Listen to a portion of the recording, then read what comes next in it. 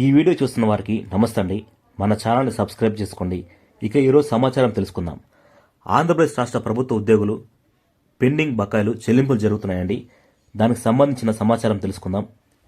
బకాయిల చెల్లింపుల్లో భాగంగా ఒక నెల సిపిఎస్ మ్యాచింగ్ గ్రాంట్ ఎన్పిఎస్ అకౌంట్కు జమ అవుతున్నాయి. ఒకసారి చెక్ చేసుకోండి.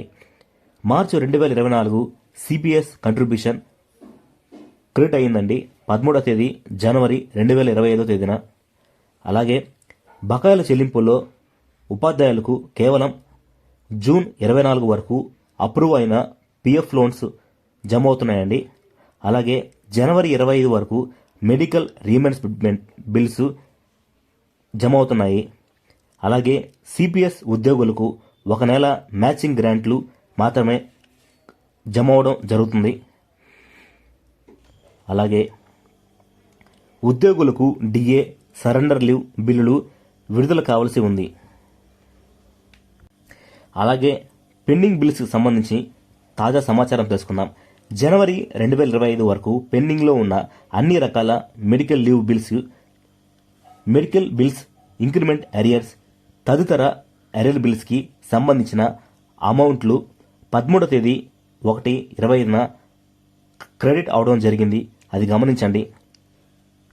2024 ఏప్రిల్ నెలలో పెట్టిన పిఎఫ్ లోన్ బకాయిలు జమ అవుతున్నాయి. చెక్ చేసుకోండి. జెడ్ పీపీఎఫ్ లోన్స్ జమ అవడం జరిగింది. మొదటగా ఏప్రిల్లో జమ అయ్యాయి, తర్వాత మే, ఆ తర్వాత జూన్ జూలై నెలలకు సంబంధించి బకాయిలు జమ అవుతాయని సమాచారం.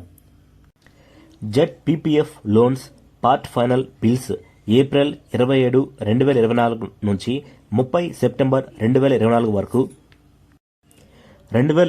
వరకు అప్రూవ్ అయిన బిల్లులు అన్నిటికీ ఖాతాకు అమౌంట్ జమ అవుతున్నాయి. చెక్ చేసుకోండి. పెండింగ్ బిల్లులు చెల్లించేందుకు గ్రీన్ సిగ్నల్.